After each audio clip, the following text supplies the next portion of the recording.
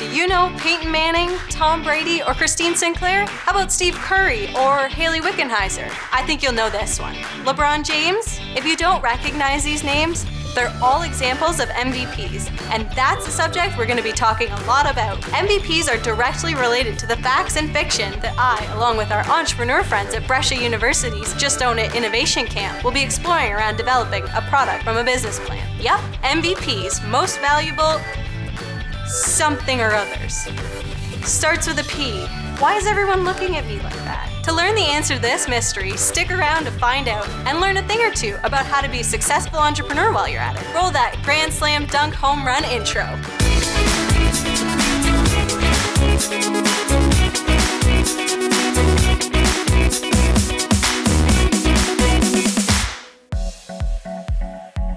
You've got your biz plan, you've got it validated, you're ready to rock and roll, right? Here's the thing. According to Industry Canada, about half the companies that start up this year will be around in 5 years. The other half. So, how do you gain the best shot at achieving business success? The facts will totally surprise you. I think turning failure into success is really learning from your mistakes. I think failure is just going to be a part of the job. If you fail once, or a few times, that could lead to knowledge and understanding. You heard right. Fact is, best way to avoid failure is to embrace it. Entrepreneurs are natural problem solvers. In fact, a study published by the Kauffman Institute said that 78% of successful entrepreneurs credit prior failure to helping them learn to succeed.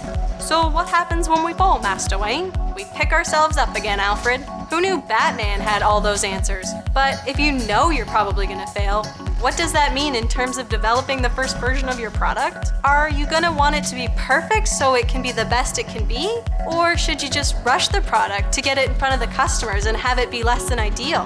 Which is fact and which is fiction? I think it's important to get it ready enough to present it to the customers, but I think it won't be perfect until you get customer feedback. I think you want to make sure it's at its best that you can make it. I don't think the product has to be absolutely perfect before you give it to the customers, because I think they will give you a lot of feedback, like what they want and what they need. It's a fiction when people tell you that you need to perfect your product before going to market, because it's probably going to fail, or at least some part of it will, and you're going to need to change it anyway. This process is referred to as Agile Development, and it lets you constantly change and improve your product as you get feedback from your customers. But that begs the question, even though we know it won't be perfect, how much effort should you really put into that first version?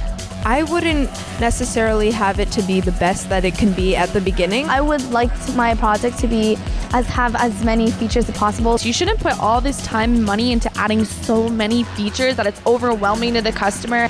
You do want to have an awesome product, because if the customers aren't interested in it, then obviously you're going to end up being in the failure department. Your product should definitely be unique when you start it in order to gain interest. Something that the customers can understand what you're selling. Should definitely start off with the basics, I think, and see if this is even going to launch off. So which is it? Do you jam pack it full of cool features and let a customer do whatever they want? Or do you make it as simple as it can possibly be? The fact is that your best bet is to create a simple version of your product with the minimal features needed to solve a problem and deliver the intended value to the customer. This is called an MVP. It stands for Minimum Viable Product.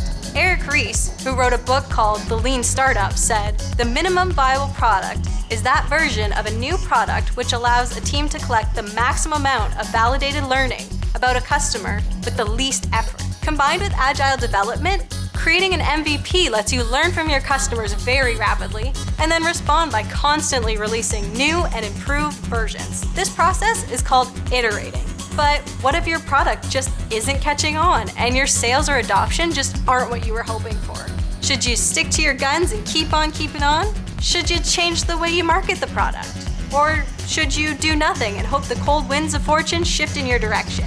What are the facts? Either change the product itself or your target audience. Not change the vision of what I'm trying to do, just change my strategy a little bit. If it's still got some tweaks and you know that there's problems with your product, then you should definitely wait and probably tend to like the problems you have already. Probably my sales team, just to make sure that they're doing everything right. And then I think the second thing I would go to is the product itself. Is the product what people want? And I'd try and get as much feedback. Even learn how to like pivot your ideas into something completely different, even if that means changing your entire business idea. Unfortunately, far too frequently, entrepreneurs will fall in love with their own ideas and won't listen to the customer. The fact is that sometimes a business needs to fundamentally change or pivot in order to succeed. That's why they say, if at first you don't succeed, rapidly iterate with Agile Development and pivot like crazy. Wait, is that what they say? Recap time. In this video, we learned that learning from failure is key to success. Getting your product out before it's finished is awesome for helping making it better. Being flexible with your ideas is super important for refining plans and strategies to ensure future success. Shh, ladies and gentlemen, we have product. I repeat, we have product. Hey, have you seen Pitch Perfect? We're doing our own version in the next video. Not really, but we've got something even better for you. More facts about how to deliver an awesome pitch and sell your ideas. So to learn about how to get investors to fund your business, click the snappy little link on the video screen or in the description and you're on your way. There are more Just Own It videos and other cool stuff on this channel, so click subscribe and we'll make sure you're on the list.